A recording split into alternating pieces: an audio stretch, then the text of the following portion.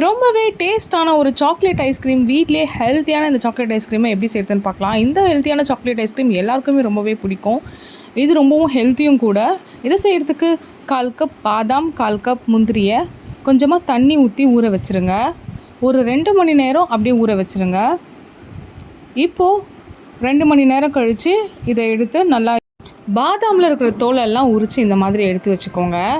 இப்போது இது ரெண்டுத்தையுமே ஒரு பாத்திரத்தில் சேர்த்துட்டு அது கூடவே 1/2 கப் அளவுக்கு பேரிச்சம்பழத்தை சேர்த்துக்கலாம். இந்த டேட்ஸ் ஒரு 13 டேட்ஸ் இருக்கும். இப்போ அது கூடவே 1.5 கிளாஸ் அளவுக்கு வார்மான மில்க்கு சேர்த்துக்கோங்க. இப்போ அது கூட 1 டேபிள் ஸ்பூன் மில்க் பவுடர் சேர்த்துக்கோங்க. அது கூடவே 1 டேபிள் ஸ்பூன் கோகோ பவுடர் சேர்த்துக்கோங்க. சேர்த்துட்டு இதை ஒரு 1/2 hour அப்படியே விட்டுருங்க. 1/2 hour கழித்து இது நல்லா ஊறட்டும்.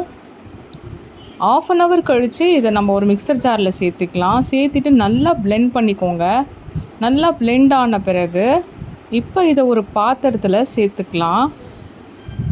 இந்த பாக்ஸில் சேர்த்துட்டு இந்த பாக்ஸை அப்படியே நம்ம க்ளோஸ் பண்ணி விட்டுட்டு இதுக்கு மேலே ஒரு கவர் மாதிரி சேர்த்துக்கோங்க. ஏன்னா அப்போ தான் ஐஸ் கட்டி ஃபார்ம் ஆகாமல் இருக்கும். அதனால் இந்த மாதிரி ஒரு கவரை சேர்த்துட்டு அதை அப்படியே க்ளோஸ் பண்ணி விட்டுருங்க. க்ளோஸ் பண்ணிவிட்டு ஓவர் நைட் விட்டுருங்க. மேக்ஸிமம் ஒரு 6 to 7 hours விட்டுருங்க.